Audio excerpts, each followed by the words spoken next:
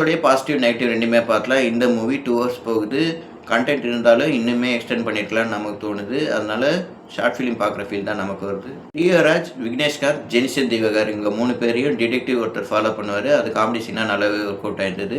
ரியோராஜ் பைக்கில் டோ பண்ணிட்டு detective follow பண்ணுவார். அதெல்லாம் அல்டிமேட்.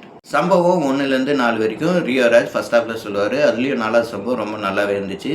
ஹீரோயின் கால் மார்க்ஸ்னு ஒரு ஃபோட்டோ காட்டுவாங்க. அதில் ட்விஸ்ட் இருக்குது. அந்த காமெடியும், அம்பேத்கர் பிறந்தது போர் பந்தர்னு சொல்கிற அந்த காமெடியும் நல்லாவே ஒர்க் அவுட் ஆயிருந்தது. டைரக்டர் கலையரசன் தங்கவேல் இந்த மூவியை காமெடி அண்ட் ஃபீல் குட் மூவியாக எடுத்திருக்காரு. அதில் வெற்றி அடைஞ்சிருக்காருன்னு சொல்லலாம். இந்த படத்தில் காமெடிக்கு பஞ்சம் இல்லைன்னு தான் சொல்லணும்.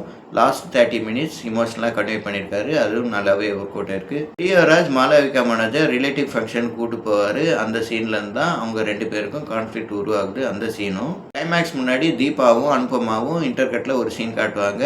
ஹீரோயினுக்கு உணர்த்தும்படி பேசுவாங்க. அந்த சீனும் ரொம்ப நல்லாவே அமைஞ்சிருக்கு. சினிமோட்டோகிராஃபர் மாதேஷ், எடிட்டர் வருண் அவங்க பங்குக்கு சிறப்பாக பண்ணியிருக்காங்க. மியூசிக் டைரக்டர் சித்துக்குமார் பிஜிஎம் நல்லாவே பண்ணியிருக்காரு. பாட்டு அத்தான் சாங்கு ரொம்ப நல்லாவே இருக்குது. அதுலேயும் எம்ஆர் ராதா வாய்ஸில் ஸ்டார்ட் ஆகுது. அது ஐடியாலஜியாக ரொம்ப நல்லாவே ஒர்க் அவுட் ஆயிருக்கு.